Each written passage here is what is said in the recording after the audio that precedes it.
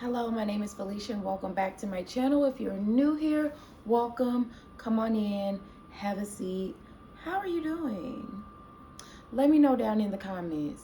Now in today's video, we will be discussing something that may be triggering for some individuals. We will be discussing military sexual trauma.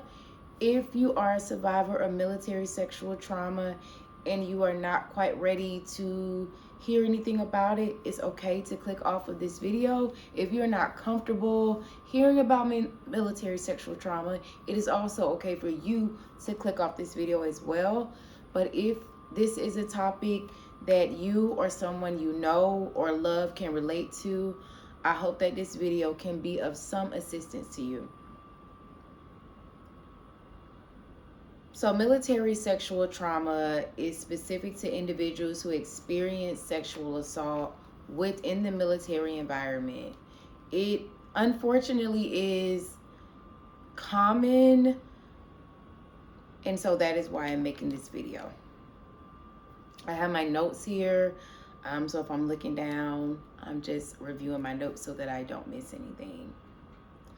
So if you or someone you love has experienced military sexual trauma, the first thing that I want to say is I am sorry. As an individual who can also relate, I am sorry that this is a journey that you have to walk down. But I want to tell you that with each step that you take, you are working on taking back your power. If you feel as though the individual that did whatever they did to you took your power, I want you to know and trust to keep fighting, keep putting one foot in front of the other, and your power will come back to you. This is not the end of the road. You may feel that you are low and at the bottom, but I want you to keep going. The first thing I want you to do is take the time to grieve. There are many different factors that you may have to grieve, especially if the military sexual trauma has led to or is leading to you exiting out of the military. Grieve your old career. Grieve the situation that happened to you. Grieve any plans that may have to change because of what you've experienced and what you are going through. But most importantly, grieve. Take that time to really allow yourself to feel. And what is grief? Grief is defined as deep sorrow. It can be very painful to have a career snatched away from you because of the actions of someone else. Because when you experience sexual trauma within the military, the entire environment may feel unsafe, and therefore you have to get out of the military. And it may become abrupt. It may not be something that you were prepared for, that you even wanted. But just know that you have to give yourself the space to find acceptance in it. And grief is a walk that you can go down in order to accept the situation for what it is. It does not mean that you are less than a person because you're going through this either. The second thing that I believe is so important is to seek appropriate care. Now I'm going to break this up into two aspects. The first aspect being that you are not suicidal, that you have no thoughts or plans of wanting to harm yourself. If that's the case, I suggest that you find a therapist that specializes in PTSD and other related disorders, and really try to work with a therapist that you feel comfortable with. That is the most important thing. Creating comfort in your life as you work through these things. Now, I also want to touch on if you are experiencing suicidal thoughts because of what you have gone through. Know that you are not alone, and know that it is okay to not be okay, and it's okay to reach out and get the appropriate level of help. If you are feeling as though you want to harm yourself, there is no shame in walking into a hospital and getting the appropriate level of mental health care, even if that means going into an inpatient unit. Your life is valuable, and sometimes your brain will make it seem like death is the only way out of this pain, because there is a deep pain that you feel when the environment that you thought was safe becomes unsafe, and all of the other aspects that go into reporting the assault and things like that. So if you or someone you love or know is experiencing suicidal thoughts due to military sexual trauma, please seek appropriate medical help. There is nothing shameful about going onto an inpatient unit if it means that your life is going to continue to go on. The next thing is learning to be comfortable in your skin again. This is probably one of the things that took me the longest time. I felt a lot of dissociation. I didn't feel like I was in my body. I just felt out of it. And if that is you, that is okay as well. If you are wanting to get more in tune and comfortable in your body again, I suggest going back to the basics and starting with just a basic self-care routine. Creating a morning routine and creating a night routine. If you can, within the middle, adding in meditation and or journaling can really assist you as well. A great morning routine is important because when we first wake up, it can be the time when we feel most anxious, and you want to create a routine that is steady and a routine that feeds not only your mind but your body and your spirit as well. And you also want to create a great night routine because sleep is very important in your healing journey as well. When we sleep, it allows our brain the time to kind of flush out some of the toxins and repair itself and recharge. And so sleeping needs to go into your night routine. And I want to say focus on sleeping because you may be experiencing insomnia, you may be experiencing night terrors, nightmares, and things like that. So, along with getting the appropriate medical treatment, it's important for you to work on that basic self-care. Getting good sleep, trying to eat good meals, taking care of your skin, taking care of your mind. That is going to be the goal. Putting you first in this season. Well, you should be first in all seasons, but sometimes it can seem like that's hard. But right now, we're focusing on putting ourselves first, and this allows us to get to know ourselves, the new self as well, because you may not ever be who you were before the assault again, but that does not mean that you won't be happy, that you won't experience happiness, that you won't experience moments of fulfillment again. The next thing that I want to touch on is knowing and owning your story, and knowing that you don't have to open up about what happened to you to everyone.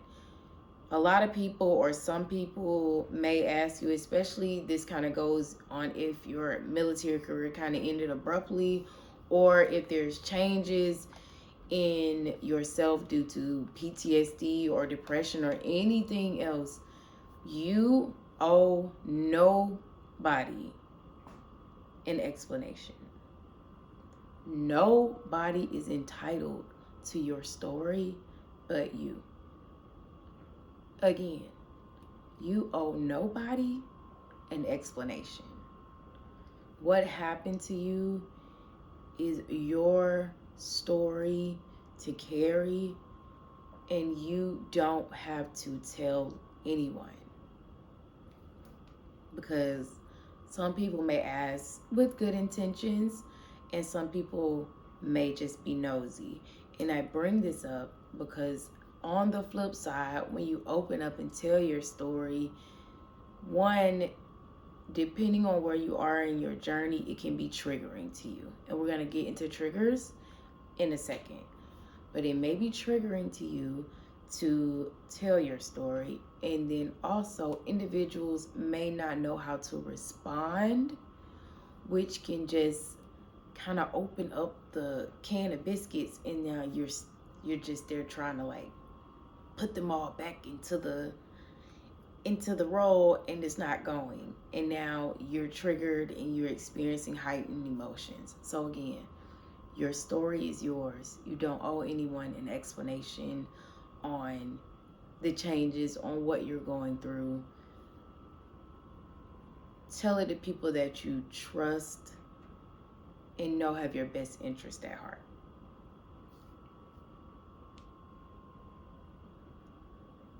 The next thing is learning and understanding your triggers. And a trauma trigger is a psychological stimulus that prompts involuntary recall of a previous traumatic experience. So triggers can really make you feel the sensation almost like you're right back in what happened to you. And when you are triggered and your brain goes back to that place, all logic kind of shuts down. So like that's why if you experience panic attacks, it feels like you're dying, because the logic is out the window. Your brain is in fight or flight, and you are just there trying to get through it.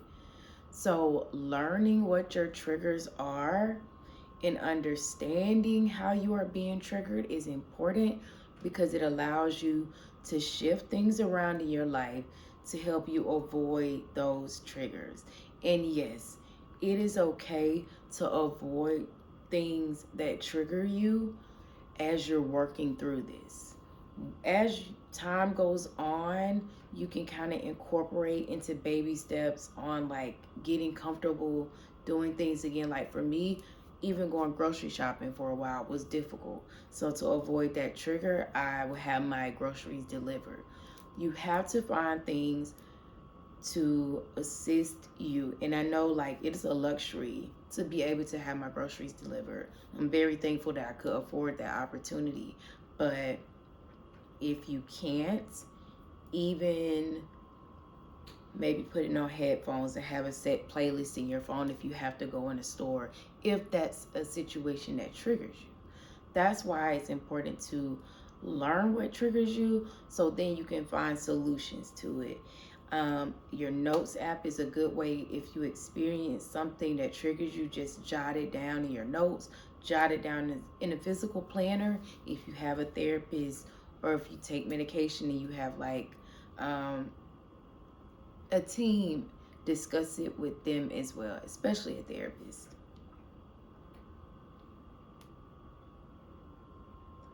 Because you want to develop coping skills for your triggers. So again, that kind of goes hand in hand. The more that you get to learn and know the new you, the more you can find solutions or alternatives to what's triggering you. And just because something is triggering you now, maybe at the beginning or the middle, or it's been years and it's triggering you, does not mean that it always will. That is the beautiful thing about our mind. It is elastic, and that means that as time goes on, things change. So as you're acknowledging your triggers, don't put a hard stop there, because this may get better as time goes on. Or you may have to like alternate something completely, and that is okay too, because we grow and change. And even as time goes on, sometimes you may realize that I've had to change something, but I'm actually glad because what I have changed it to, I like it much better than what I was doing before. The next one kind of goes hand in hand with what I said before about the new you. You may not be the same person you were prior to the assault, and that is okay. I want you to fall in love with the new you. And that is why I brought up creating a basic self care routine, because the more time you spend learning and getting to know yourself, you can fall in love with the new you. After my assault, I definitely felt like, I hate to say this, but I want to be transparent. I felt like I was damaged, I was broken, that I was worthless. I just felt stuck, and I didn't know if I would ever just be able to live with myself because of the actions of another person. But taking the time to really get to know yourself in this new season gives you that empowerment that you need to keep putting one foot in front of the other. You are not broken, you aren't damaged, and you aren't worthless. The actions of someone else and what they chose to do to hurt you is not your fault, but the healing that we have to put in to rebuild ourselves is our responsibility, and it absolutely can be done, no matter how long it takes, because we have to live with ourselves every day. We don't have to live with the person that hurt us, but we have to live with ourselves, and we deserve to be comfortable and love on ourselves as much as we did, if not even more than we did before what we experienced. The next thing is getting the thoughts out of your head. If you can, try journaling. Journaling, listen. I don't know how, I feel like in every video I talk about journaling, but it is that important, and it's powerful, and it's amazing. Taking the time to journal, get those thoughts out of your head, because when thoughts are in our head, they're so loud, and it's like they just keep going. The more that you try to not acknowledge them, they just continue. So journal, write it out. You don't even have to make sense. If you want to write about the anger, write about it. If you want to journal about whatever, and then you can't stomach having it there, rip it up, shred it, burn it, do whatever you have to do, but get comfortable getting your thoughts out in a safe space. And a journal is a safe space, because nobody should be reading your journal. Again, your journal is yours. So if you aren't comfortable with a physical journal, the Notes app. Lock the note if you need to. Whatever you need to do to have a safe space to get your thoughts out, you deserve that. And the last thing that I want to touch on is, I talked about it before, but if you or anyone you know and love, or you just know them, is experiencing suicidal ideations because of sexual trauma that they experience, know that you are not alone. Know that it is okay to not be okay. And I hope that you or that person that is experiencing suicidal thoughts get the strength to seek help. Experiencing suicidal thoughts does not make you weak. When you have had something happen to you in an environment that you pretty much were trained to trust, in that environment, the military becomes your entire life when you are in it. And that life gets shaken up. You may feel like I have no way out when you're going through the process of reporting it, and all of these things are going on. Your brain may start to feel like, I can't do this. I need to check out on life completely. Even if you yourself know that I don't want to die, but my brain feels like that's the only solution to end this pain, know that there are resources waiting for you. There are specific programs designed for veterans or active duty members that have experienced military sexual trauma. These programs are geared towards assisting you in these moments. And if you aren't ready for that, try therapy. If you aren't ready for that, call the suicide hotline.